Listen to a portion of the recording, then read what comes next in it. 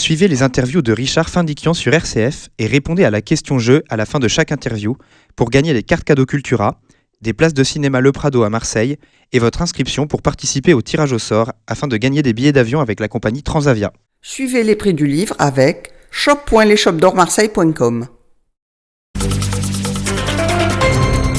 Richard Findiquian. Roselyne Bachelot, bonjour. Bonjour. Fille d'un résistant et député gaulliste, c'est votre père, Jean Narquin, qui vous initie très tôt à la politique. En 2002, vous rejoignez le gouvernement Raffarin comme ministre de l'écologie et du développement durable. En 2007, alors que Nicolas Sarkozy est président de la République, vous serez nommé ministre de la Santé et des Sports. Au sein du troisième gouvernement de François Fillon, vous prendrez la tête du ministère des Solidarités et de la Cohésion sociale. Et le 6 juillet 2020, vous êtes nommé sous la présidence d'Emmanuel Macron au sein du gouvernement de Jean Castex au poste de ministre de la Culture. Plusieurs fois ministre, mais aussi éditorialiste, chroniqueuse, auteur. Dans votre ouvrage 682 jours, le nombre de jours passés rue de Valois, que vous publiez chez Plomb, livre sous-titré « Le bal des hypocrites », vous faites le récit et le bilan de ces 2 années passées au ministère de la Culture. Vous témoignez de la vie complètement folle dans un ministère alors que la tempête épidémique fait rage. Vous écrivez « Régler des problèmes, c'est vider la mer à la petite cuillère ». Alors, de façon générale, pensez-vous que c'est un peu ce que doivent faire aujourd'hui les ministres, Roselyne Bachelot, vider la mer à la petite cuillère? Oui, d'abord permettez-moi de revenir d'un mot sur le début. Oui. Fille d'un résistant, je suis fille de 2 résistants, ma mère l'était également. Ah oui, oui. Et j'aime bien que cette double filiation soit restituée parce que ma mère m'a appris beaucoup de choses dans mes combats, et combats pour les femmes, combats pour se faire respecter. Et je tiens beaucoup à lui rendre hommage. Oui, un ministère, et vous avez rappelé que j'en ai finalement usé, si on peut dire, 5 ou 3 présidents de la République différents. C'est à la fois mener des politiques globales, mais aussi gérer des structures dans lesquelles on est un peu comme une gare dans lesquelles un train déraillerait toutes les 10 minutes, parce que à côté des grands sujets, on gère aussi des petits, des catastrophes, des drames, comment dirais-je, des femmes qui flanchent, d'autres qui tiennent la marée, et il faut gérer tout ça pendant pratiquement 24 heures sur 24, sans week-end, sans vacances, etc. Et c'est souvent ça la difficulté, c'est-à-dire à la fois gérer les grandes transformations, et Dieu sait si dans la culture il y en a eu, et puis gérer la quotidienneté, sans négliger ni l'une ni l'autre. Alors vous dites que la France a été le pays le plus généreux du monde envers les arts et la culture, monde que vous deviez en tant que ministre maintenir à flot dans un moment très compliqué où les salles de spectacle, les musées, les cinémas étaient fermés. Un des passages désopilants de votre livre reste celui vécu à la cérémonie des Césars 2021. En mode confinement, vous pointez les gags ratés de Marina Foïs et l'attitude glaçante d'Annie Dupray qui vous interpellera violemment au cours de la soirée avant de vous accuser faussement d'avoir quitté la cérémonie. Alors, au César ou à Cannes, certains artistes français aiment se lancer dans des diatribes anti-gouvernementales et fustiger l'exécutif. Alors, que pensez, Roselyne Bachelot, du discours militant de Justine Triet, Palme d'Or du Festival de Cannes cette année? Est-ce que la réalisatrice Justine Triet crache dans la soupe? Écoutez, moi, je respecte la liberté de parole. Et après tout, les artistes s'expriment quand ils veulent, de la façon qu'ils le souhaitent. Si Justine Triet trouve qu'elle est maltraitée par l'organisation du cinéma français, elle peut le dire. Moi, je lui reproche pas d'avoir parlé. Je lui reproche rien, d'ailleurs. Je constate simplement qu'elle a dit des choses fausses. Mais elle peut les dire. Si tous les gens qui disent des choses fausses dans ces cérémonies où taper sur le gouvernement est devenu, comme au patinage artistique, une figure imposée, ma foi, très bien, elle a dit des choses fausses parce que, évidemment, on n'est pas dans un pays néolibéral quand 60% de la richesse est gérée par la puissance publique, et on n'est pas dans un système dans un système néolibéral quand un gouvernement vient de procéder à la renationalisation complète d'EDF et on peut multiplier les exemples. Alors on a un système qui marche bien, mais après tout, si Madame Triet trouve que c'est un mauvais système et qu'il présente des risques, je pense qu'elle se trompe, mais elle a le droit de le dire. On est en République et c'est au moins ça qui est sympathique, c'est que on peut monter sur la scène du Festival de Cannes et comment dirais-je, recevoir, y être récompensé et dire ce qu'on pense. Vous savez, je crois qu'il ne faut pas prendre ça très, très au tragique. Heureusement, on est en France. Mais je dois dire que moi, j'aurais fait un autre discours, si vous permettez. Parce que moi, ce que je constate, c'est que dans ce monde du cinéma, les femmes ne sont pas encore à égalité avec les hommes. Il n'y a eu que 3 femmes récompensées. Il y en a eu 7 sélectionnées sur les 21. Et que c'est encore un monde de violence et de discrimination. J'aurais salué les progrès qui ont été faits. J'ai veillé à ce que ce soit une femme qui soit nommée présidente du Festival de Cannes, Iris Knobloch. C'est la première fois dans l'histoire du festival. Et j'aurais dit à tous ces festivaliers endiamantés dans leurs robes à plusieurs milliers d'euros, vous avez encore, les gars, les filles, des progrès à faire en ce domaine. Alors, revenons à votre livre, si vous le voulez bien. Tout au long de cette crise, dites-vous, je suis resté scotché par le double langage de ce milieu.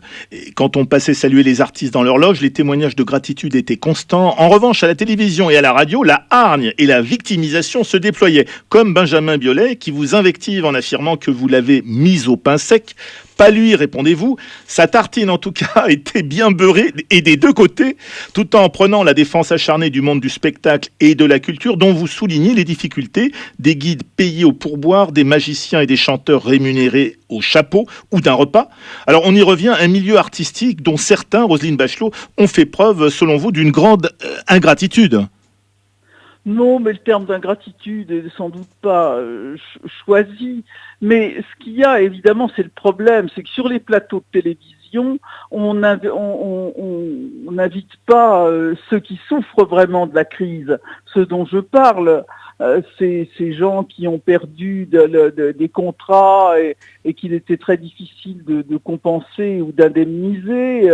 Il y a toute une zone d'économie grise dans la culture, des gens qui chantent dans les mariages. On les connaît tous parce que finalement, c'est souvent ceux-là, ce monde de la culture qui est notre quotidien. Et évidemment, ils sont jamais invités sur les plateaux de télévision. Ce jeune chanteur lyrique qui s'est transformé en livreur de pizza pour arriver à payer son loyer. Hein. Je connais ça par cœur. Alors, ce sont les stars qui sont invitées et on a l'impression que, est-ce que c'est par un sentiment de culpabilité, alors que ce ne sont pas eux qui souffrent, évidemment, sauf, et je le reconnais, d'être privé du public, parce que ça compte beaucoup pour un artiste, ce contact, les artistes du spectacle vivant, d'avoir ce contact avec le public. Bon, et évidemment, on a l'impression qu'ils sont saisis d'un sentiment de culpabilité et qu'ils se font les porte-parole je dirais, des OS de la culture, de ceux qui souffrent vraiment. Alors votre récit fourmille d'anecdotes, comme ce moment où vous allez remettre un prix littéraire à Biarritz en août 2020, une cérémonie qui se déroule en pleine crise sanitaire. Les invités se retrouvent sans masque, collés, serrés les uns aux autres. Dites à tout ce joli monde de mettre un masque, si vous ne le faites pas, je me tire. Vous pensez, Roselyne Bachelot, que les mesures de prévention prises à l'époque ont été stupidement vécues comme des dictats par les Français ? Oui, je sais bien que appréhender une pandémie, moi c'était la deuxième que j'affrontais, la première en tant que ministre de la Santé, la deuxième en tant que ministre de la Culture. C'est quelque chose de difficile à expliquer, d'autant que toutes sortes de mauvais bergers, sur les réseaux sociaux, pour commencer ce fameux professeur Raoult, mais ils étaient combien d'autres, hein, les anti-vax, les complotistes, les faiseurs de fake news, qui justement présentaient cette mesure de santé publique comme une mesure technocratique stupide. Et on a tout le temps été confrontés dans cette pandémie, à la fois moi dans ma responsabilité de ministre de la Culture, mais ô combien de la part de ceux qui avaient vraiment en charge la gestion de la pandémie, ministère de la Santé, ministère de l'Intérieur, avec le sentiment que voilà, c'était des mesures stupidement coercitives, alors que quand on fait le bilan de ce qui s'est passé, on voit que la France a surmonté cette pandémie grâce à ces mesures. Mais évidemment, ce sont les trains qui n'arrivent pas à l'heure qui intéressent, et que le résultat bénéfique de ces politiques n'est pas porté au crédit de ceux qui les ont instaurés. Voilà, c'est comme ça. Puis on est un peuple et c'est notre charme d'ailleurs. Oui. on est un peuple revendicatif, jamais content, toujours critiquant, mais il faut surtout pas qu'on change. Surtout pas. Alors, un mandat, Roselyne Bachelot, que vous avez exercé dans des circonstances dont, dites-vous, j'espère qu'aucun de mes successeurs n'aura affronté la dureté, car les difficultés que vous avez rencontrées pendant ces 2 années n'ont pas été seulement liées à la crise sanitaire, il y en a eu d'autres. Effectivement, il y a d'abord des crises de fond, c'est-à-dire que on est confronté au ministère de la Culture à des transformations sociales, économiques, écologiques considérables, et qui se sont accélérées pendant la crise, qui a été un révélateur. Crise du réchauffement climatique qui frappe le patrimoine, mais qui frappe aussi la façon de fonctionner du spectacle vivant, la crise du numérique, du digital, de ChatGPT, des NFT, enfin tout ça bouleverse le monde de la culture de façon incroyable. Le troisième élément de changement, c'est la volonté des territoires de prendre leurs responsabilités, et dans un ministère qui est très très centralisé, très parisiano-centré.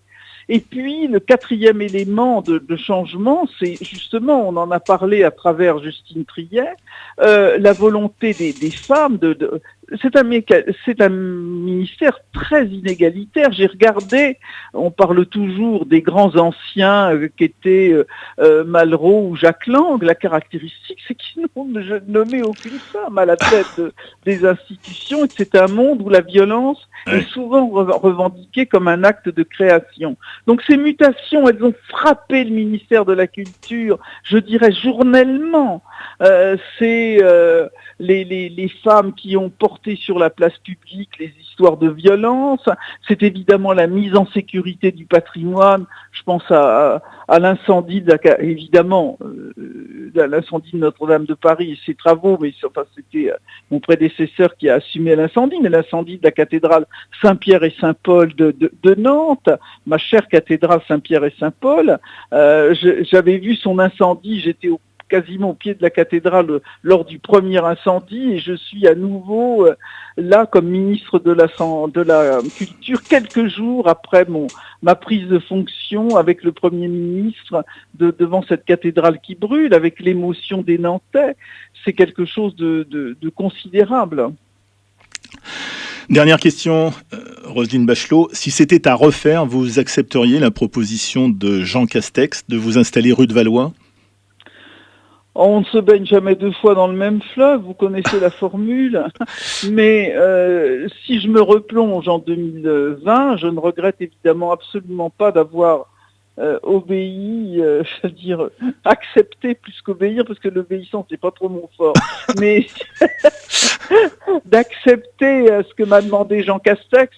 Maintenant, est-ce que si un autre ministre me le demandait, si c'était pour inaugurer les chrysanthèmes, certainement pas.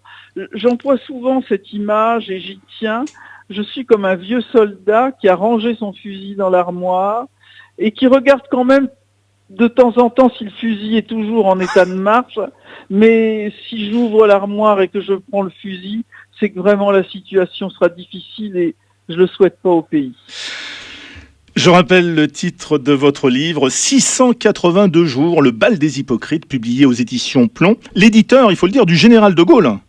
Ah, j'y tiens beaucoup, je suis très honoré ce soit l'éditeur du général de Gaulle. Un ouvrage où tout le monde en prend pour son grade, ponctué de portraits mordants d'un monde culturel que pourtant vous vénérez, surtout l'opéra, l'art lyrique et le théâtre, et qui ne vous l'a pas toujours rendu, il faut bien le dire. mais je les aime. Et ils m'aiment finalement, je le constate tous les jours en me rendant au spectacle, au théâtre et à l'opéra. Il n'y a aucun doute là-dessus. Merci Roselyne Bachelot. Merci à vous.